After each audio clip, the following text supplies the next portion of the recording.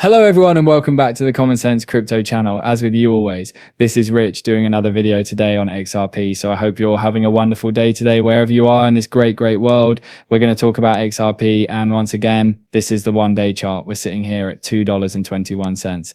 XRP slipped into the green earlier today, and now everybody's saying we are so back. This is the moment we've been waiting for. I think it's too early to say the bottom is in. I want to see where XRP goes over the next couple of days. If we start moving above 230, 240, 250, then I'm going to tell you we are now so back. But right now we are finally starting to see XRP move upward. Let's see if it continues.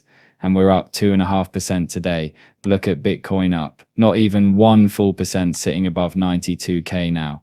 And people still believe Bitcoin's going below 70K by this coming weekend. I'm not so sure of that happening. I still think Bitcoin's going to start its final ascent, and as it's moving up, it's going to pull the rest of the market with it, leading us into all season. And look at the fear and greed index. It's now at 15. Yesterday, it was at 17. So even with the market bouncing back a little bit, people are still very fearful in crypto. You know, I don't get it. People run and rush to sell on red days. On red days, you do nothing, or you buy the dip. And like I said, Franklin Templeton's ETF has not gone live yet, but in light of the Franklin Templeton's upcoming XRP ETF, this deserves another look. Franklin Templeton, other L1 Cent outside of Bitcoin, ETH and Solana have massive potential. They were pointing directly towards XRP, a point now validated by their decision to launch an XRP ETF.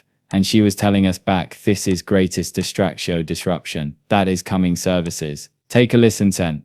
Bitcoin is, I think AI is probably the other big disruption there. And there's so much noise around a lot of things like FTX and others. But if you bring the technology down to its core value, it does three things. One is it allows a payment mechanism. Number two, it allows smart contracts to be programmed into the token. And three, because it's a general ledger, it has a source of truth. So whoever has that token, all rights in that token are granted to that person. So if I sell to Frank, I don't have to go through a third party to do it. Frank gets it, and Frank gets all the rights. So my favorite example is Rihanna, who came out with right before the Super Bowl, and I know she's just testing the market in this. 300 NFTs, each one worth 0.0003, 3% royalties on one of her biggest songs. Well, why can she do that? She can do it because when Spotify plays a Rihanna song, it can capture the smart contract executes and says I owe royalties here. So nobody has to be involved in it, and it can take the fractional payment and go to, because Frank's a big Rihanna fan, so it goes to his account. He owns a couple of those, and he's paid, right? So now think about any way in which you have revenue streams or royalty streams, that you can now start to fractionalize that or democratize that, and think about how that is an uncorrelated asset to all the traditional assets. So other examples is, you know, I think that athletes are they'll sign a big contract, they'll say to their fans, I'm going to sell off, you know, tokens worth 10% of my future revenue stream. I'm going to,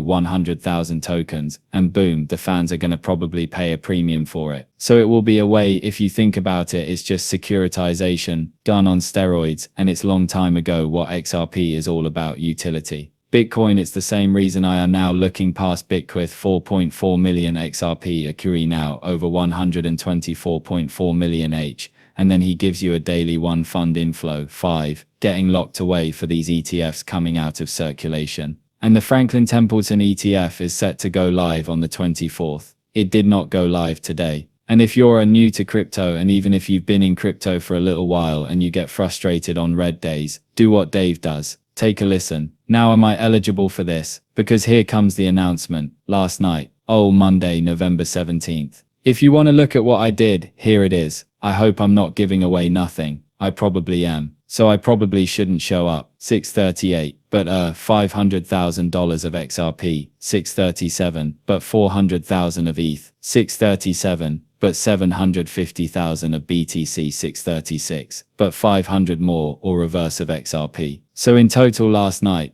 $1 million of XRP, 400 ETH, 750 of BTC. Blood in the streets. Dave's like a piranha. Dave's like a great white. He's just shark on fins. Oh, you know what? Let's do it. I know. I thought that was great, because that's what every crypto holder should be doing when there's blood in the streets. You buy when the market is red. You sell on massive green days when those green candles show up. If you want to take some profit, that's the time to do it. You don't sell on red days. XRP price projected to hit $7 to $24 within 60 days. So they're citing the ETFs in this article, and they're saying within 60 days, that's where XRP could go. And I agree with that. Think we're going to start to see value come from the ETFs. Everybody right now is like, well, the ETFs were nothing for XRP. You got to remember the entire market was down, and at the same time, these over-the-counter sales are happening, and it's not affecting the price of XRP right now. But what it's still doing is taking away some of the circulating supply, and it's locking it up for a period of time. Don't think anybody's going to rush to sell these XRP ETFs anytime soon. Breaking: the SEC has removed crypto from its 2026 priorities, signaling it's no longer considered a special risk area. So it looks like the SEC is now shifting, and I think a lot of the power around crypto is going to the CFTC. But you know, when we had Gary Gensler at the SEC, it was like the worst time in crypto. You couldn't catch a break. Even when crypto looked like it was about to take off right away, we'd get a big announcement that he just sued another crypto company. I am so happy those days are gone. I'm happy about what we have ahead as XRP holders. And every time Gary Gensler called something a security, I bought that cryptocurrency, because I knew they weren't securities. I knew they would be deemed non-securities at some point in the future. And it was just a matter of time. LCX was one of them that he called a security. I couldn't even believe it.